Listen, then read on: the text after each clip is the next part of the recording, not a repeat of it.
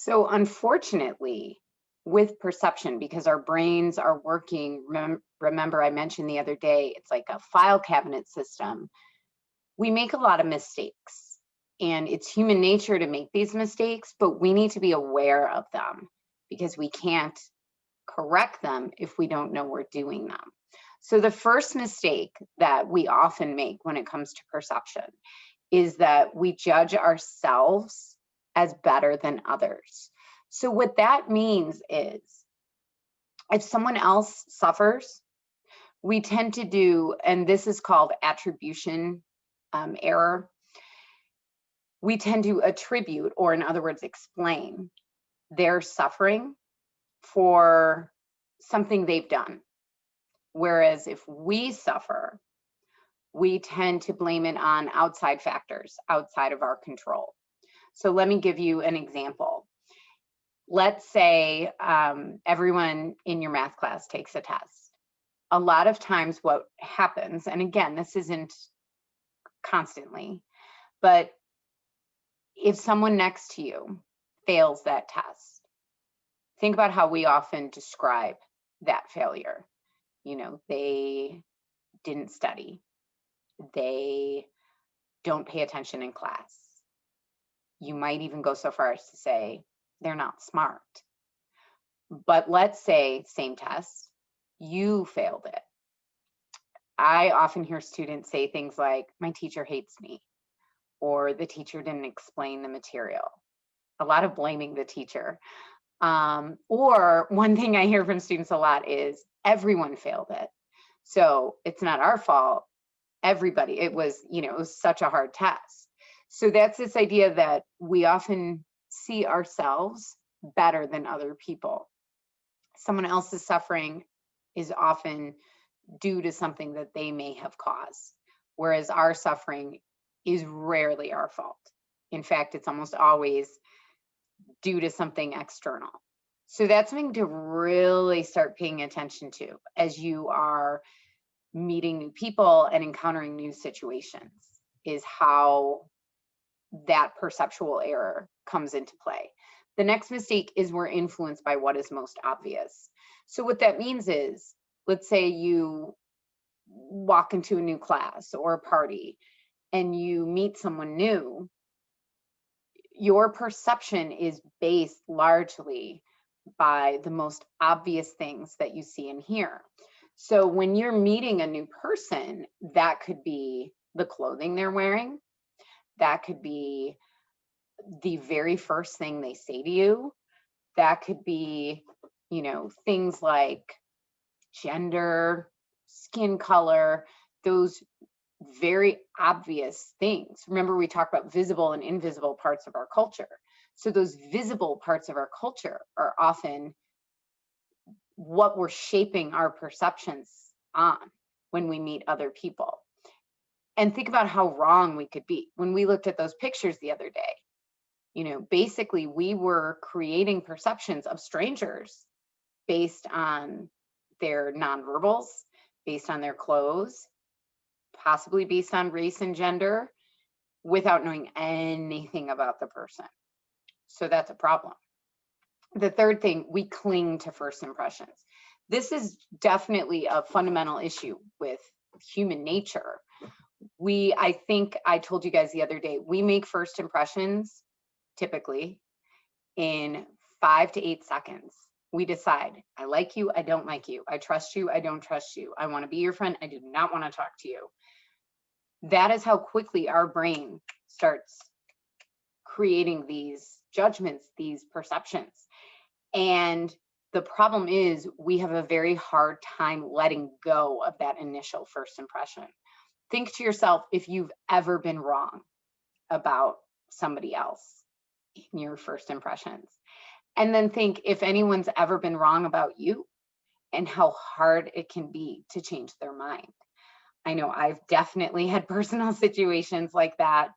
But those first impressions, and then another thing about that, when we create those first impressions of people, let's say we meet someone at a social gathering, at a party, whatever, and we have this negative first impression of them. We're like, oh, they're rude, they're mean, I don't like that person, that's a jerk, I don't want to be friends with them. When we are presented with information later on that doesn't fit that impression, we tend to reject it. We go, no, no, no, that's not true. Because as I said, we cling to these first impressions.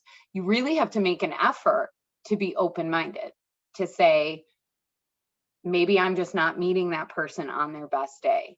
One of the things I always say to students and to my own children is, you never know when you're encountering someone. You don't know. You don't know if it's their best day, their worst day. That person who cut you off in traffic,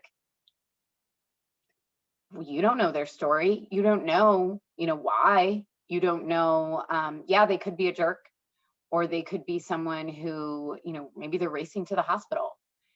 And I'm not saying you have to excuse everyone's rude behavior, but the point is,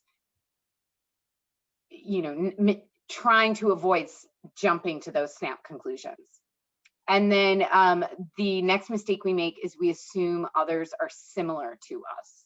So this is a really big problem and a really big mistake we make when it comes to perception. So think about the list of social identities that you created and your culture project, and you guys delved into, all these different elements of who you are, and you guys reflected upon how your culture impacts the way you view yourself and also how you interact with other people. Well, that culture and all those different aspects of your social identity, that's very uniquely you. In fact, you're different from even your brothers and sisters, those of you who have brothers and sisters who have grown up in the same home, because, it's kind of this interesting little mix that makes you. But we have the tendency to assume that others have the same viewpoints that we do, that others have had the same experiences that we have. So I'll give you an example, and I'm trying to think of a really effective example. Okay, so some of us were taught that doing homework and getting good grades are very important. Some of you even commented on that in your culture projects. That was part of your family upbringing, the importance of school and of grades. And so if we see someone in one of our classes who isn't doing their homework, let's say there's a kid not doing his homework, you might judge him as lazy, and you might think he doesn't care about his future. But again, that's coming from, remember, we've talked about empathy. That's not being empathetic. We're assuming people are the same as us. We're assuming this individual has the same life situation we do, and that they have the same value system that we do. So you might not know that that particular student in his family, he might be expected to work a job and help contribute to his family's income. And, so school might not be the number one priority in his family, or more specifically, homework. And I use that example. That was an example of something that happened in my first year of teaching. I had a student, and I won't use his name, but he didn't do homework. He was not performing exceptionally well in my class. He was passing, but I was so shocked by this. How can you not do homework? I thought every kid, every parent valued homework. And it turned out, yeah, he worked every night because he had 8 brothers and sisters, and he had to contribute financially to the family. And so that was very eye-opening for me, and definitely made me realize my own, for lack of a better word, my own ignorance and lack of empathy to the situation, because I was perceiving that his family was probably much like my family. And I was perceiving that his parents were probably, similar to how I would be as a parent. And that's not always the case. So that perceptual error is what causes a lot of difficulty. If we look at our world nowadays, all of these struggles we talk about division, that's where a lot of this comes from. It's not even that we don't understand other people. It's that we assume people are like us. So when they do things we wouldn't do, it bothers us. And we have to realize people have different values, people have different priorities, people have different attitudes. And if we make an effort to do that and to be more empathetic in that matter, it'll cause a lot less of those communication challenges. And so the last one, and very common one, is that we favor the negative.